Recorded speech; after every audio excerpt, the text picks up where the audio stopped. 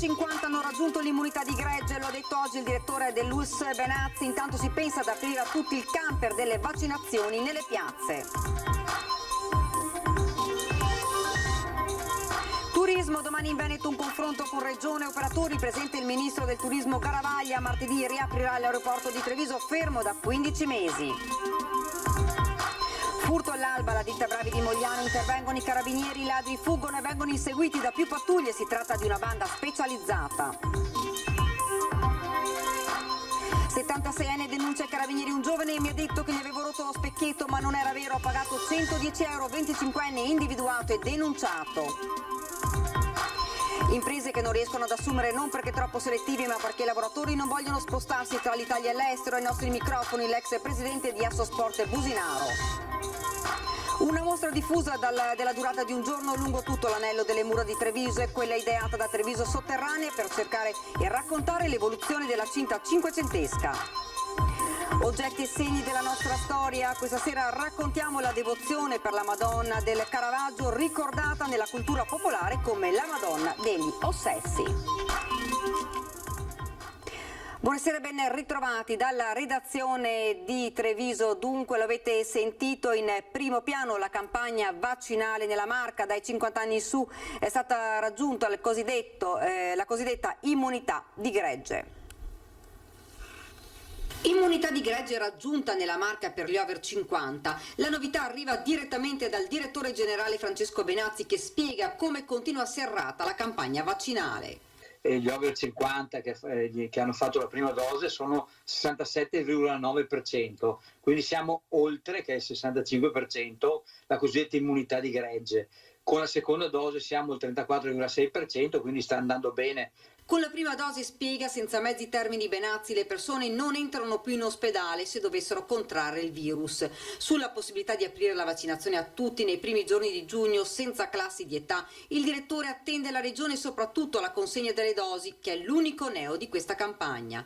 In programma anche l'apertura notturna di 2 hub. Una è sicuramente Villorba, la seconda potrebbe essere Ponte di Piave o Godega, però in ogni caso 2 sedi fino alle ore 24 per accogliere soprattutto i giovani. E naturalmente magari il sabato e la domenica l'utilizzo del camper nelle piazze, perché se poi è liberi tutti andiamo a raccogliere le persone anche direttamente nelle piazze.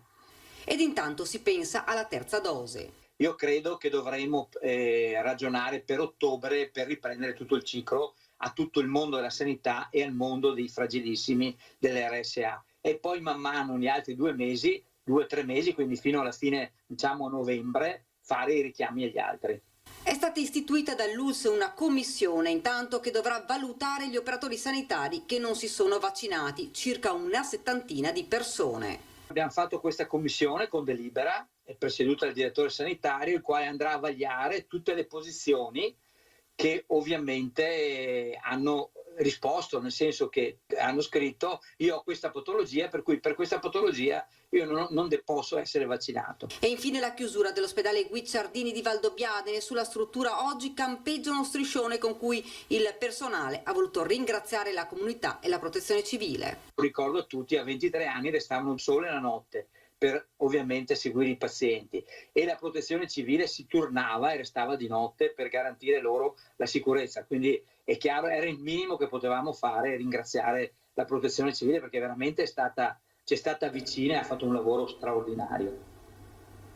Dunque immunità di gregge e vaccinazioni che proseguono e consentono di guardare con fiducia al ritorno dei turisti. Domani in Veneto per un confronto con Regione e operatori ci sarà il ministro del turismo Garavaglia. Martedì riaprirà l'aeroporto di Treviso, fermo da 15 mesi.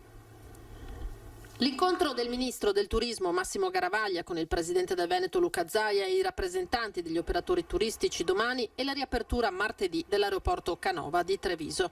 Settimana significativa quella che sta per iniziare per ridare al Veneto e alla Marca slancio turistico. L'assessore regionale di comparto, il trevigiano Federico Caner, annuncia che le prenotazioni stanno già fioccando. Anche prenotazioni straniere che stanno arrivando a iosa nella nostra regione, in particolare nel litorale.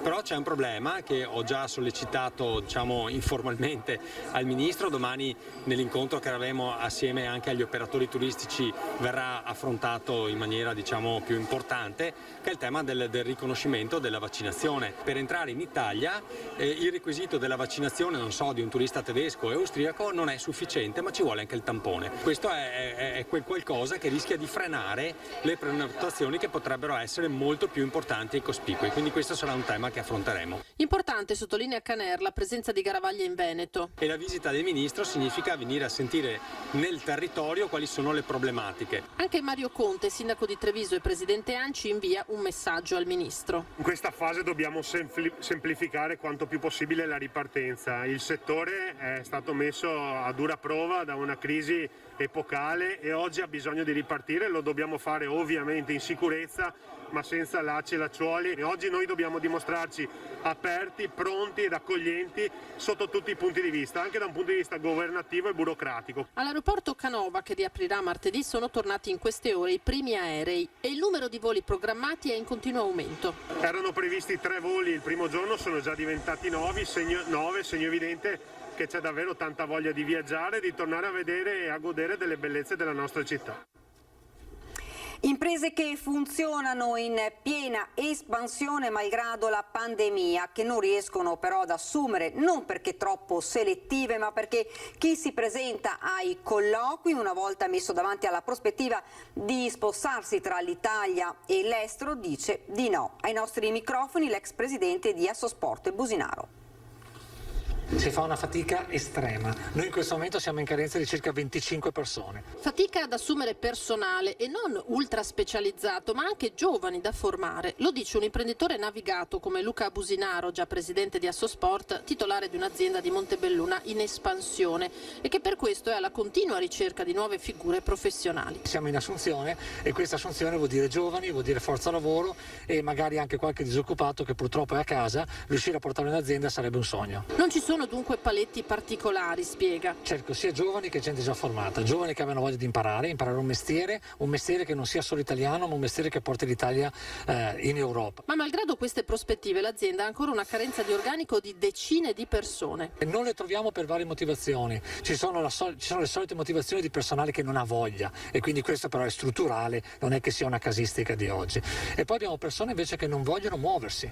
Questa è una caratteristica che stiamo trovando, non so se per colpa di questo lockdown di questo periodo, ma la mobilità sta diventando un problema fondamentale, e cioè persone che arrivano, fanno il colloquio e quando gli si dice guarda che però noi abbiamo qui in Italia, poi abbiamo Ungheria, Croazia, giriamo costantemente, questo è un freno, è un qualcosa forse di psicologico ma che deve essere abbattuto immediatamente perché il futuro è la mobilità. Il settore dei matrimoni e dei banchetti ha sofferto in modo particolare la crisi legata alla pandemia. Ora si spera nella zona bianca in una rapida approvazione della Green Pass. Il 7 giugno è la data da cerchiare in rosso, il giorno nel quale il Veneto, dopo mesi di chiusure e difficoltà, dovrebbe finalmente passare in zona bianca. Un momento atteso da più settori, in primis quelli che ruotano intorno a matrimoni, feste e convegni. Una trentina i comparti interessati dalla domanda di beni e servizi per cerimonie e wedding. Nella Marca si contano 7.491 imprese, pari all'8,6% dell'intero sistema imprenditoriale, e quasi un'impresa su 2 del settore è artigiana.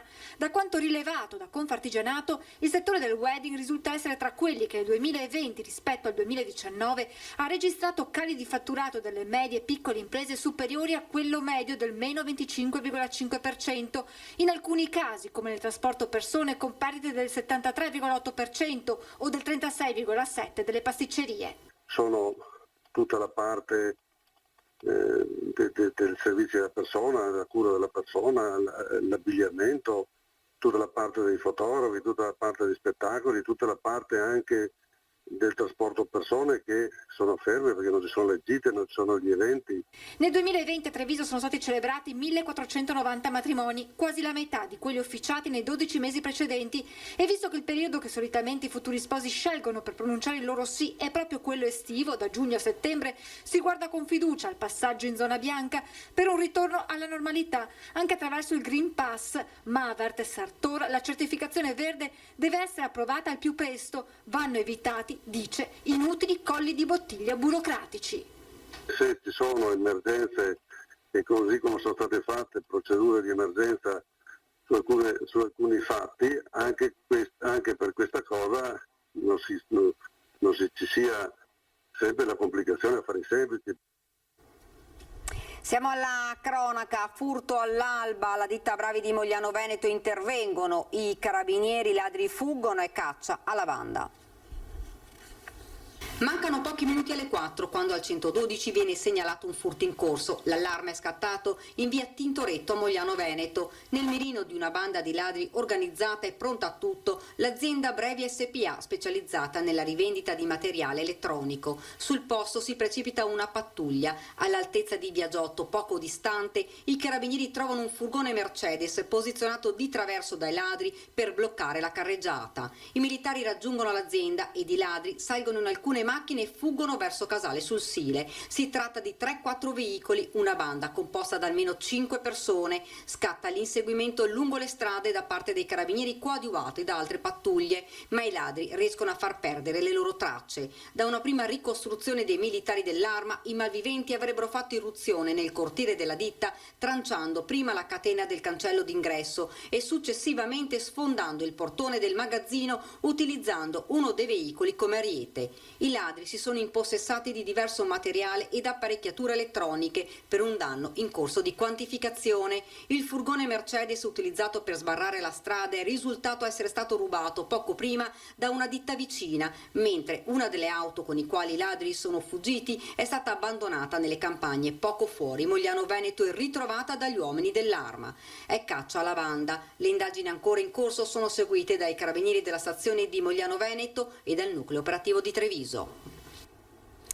Conosciuta come la truffa dello specchietto, i carabinieri di Riese Pio X hanno deferito all'autorità giudiziaria un 25enne di Siracusa per truffa aggravata. L'indagine è partita dalla segnalazione di un 76enne di Altivole. L'uomo aveva raccontato ai carabinieri di essere stato avvicinato ieri mattina da un giovane alla guida di un furgone Fiat Fiorino che lamentava falsamente di aver subito la rottura dello specchietto retrovisore da parte del pensionato. Come risarcimento il truffatore era riuscito ad estorcere al pensionato 110 euro in contanti. I carabinieri hanno rintracciato il giovane e denunciato. Ed ancora sono stati deferiti dai carabinieri di Valdobbiadene 2 persone per truffa in concorso. Si tratta di un 47enne e di un 40enne di Chieti. I due lo scorso aprile, attraverso un'inserzione su un sito di annunci economici hanno proposto la vendita di un dispositivo per DJ ad un 21enne di Segusino. La vittima, dopo aver versato 400 euro, non aveva ricevuto né il dispositivo né aveva più trovato gli acquirenti.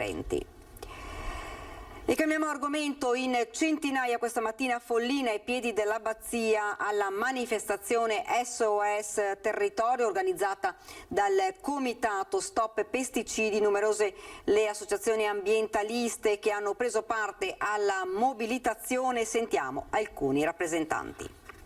Sta producendo un sempre più largo e ho aderito con entusiasmo a questa iniziativa che ha avuto un sacco di persone veramente che hanno partecipato. Io credo che questa sia la forma migliore per affrontare i problemi che riguardano l'agricoltura e riguardano il nostro territorio. Recuperando la biodiversità e coltivandola in maniera sana e sostenibile senza l'uso di pesticidi di sintesi, stiamo dando un esempio di come può essere costruita, come può essere fatta un'agricoltura diversa da quella impattante che invece ha al suo interno l'utilizzo di diserbanti, di insetticidi, di ormoni, di inanizzanti, eccetera. C'è un grave rischio per la biodiversità. Negli ultimi anni gli studi testimoniano di un declino di più del 70% delle popolazioni di specie di piccoli passeriformi insettivori che stiamo monitorando in questo territorio. In un'area di 344 ettari, ad esempio, sono riuscito a trovare solamente una coppia nidificante di averla piccola, che è una specie prioritaria tutelata dalla direttiva Uccelli. Questo è solo un esempio della grave distruzione in atto. La specie che ho menzionato prima addirittura in quest'area è costretta a nidificare nelle aiuole stradali. Importante donazione oggi per il Banco Solidale di Rete Veneta, che insieme ad altre realtà del sociale ha ricevuto una fornitura di formaggio da destinare alle famiglie bisognose. Vediamo. Non scordarsi la generosità malgrado il difficile periodo che stanno vivendo i produttori. Il Consorzio di tutela della Casatella DOP con il suo presidente Lorenzo Bruniera e Aprolab con Terenzio Borga hanno festeggiato quest'anno i 13 anni della Casatella con un taglio della torta sotto la loggia dei Cavalieri, ma soprattutto con la donazione di una fornitura di prodotto al Banco Solidale dei Veneti schiacciati dalla crisi di Sant'Artemio, all'Emporio Beato Enrico del centro storico e ai servizi sociali del comune, perché si facciano tramite con le famiglie bisognose. Devo dire che in questi mesi ogni manifestazione in cui si poteva donare qualcosa i trevigiani hanno donato. Ricordo il radicchio, ricordo le ceste natalizie, ricordo le ultime a Pasqua, uova e colombe, e adesso oggi un anniversario che viene in qualche modo condiviso con i meno fortunati e le persone che non accederebbero insomma a questo tipo di prodotti attraverso i banchi alimentari. Nel ringraziare, Mirella Tuzzato, anima del banco che a Sant'Artemio segue 650 famiglie, ha ricordato come un altro prodotto a chilometro zero sia diventato purtroppo la povertà. Che è il nostro vicino di casa che è diventato povero e bisogna assolutamente aiutarlo, essere vicini, perché non è una scelta, purtroppo è una condanna, perso lavoro, perso famiglia, perso tutto, non più un centesimo in tasca, perciò anche questi regali sono fondamentali per dare una borsa dignitosa a queste persone. Noi non abbiamo bisogno di parole, abbiamo tanta psicologia ma pochi fatti reali che sono i prodotti. Noi abbiamo bisogno di prodotti, di buoni prodotti. Banco Solidale e Emporio stanno lavorando molto, seguono diverse famiglie, le seguono ovviamente da un punto di vista alimentare, ma la loro azione non si limita solo alla consegna della spesa, ma anche a un'educazione nell'utilizzo, nel risparmio, nell'economia domestica, e questo per tante famiglie può fare davvero la differenza. Ed ora ci fermiamo per qualche istante di pubblicità.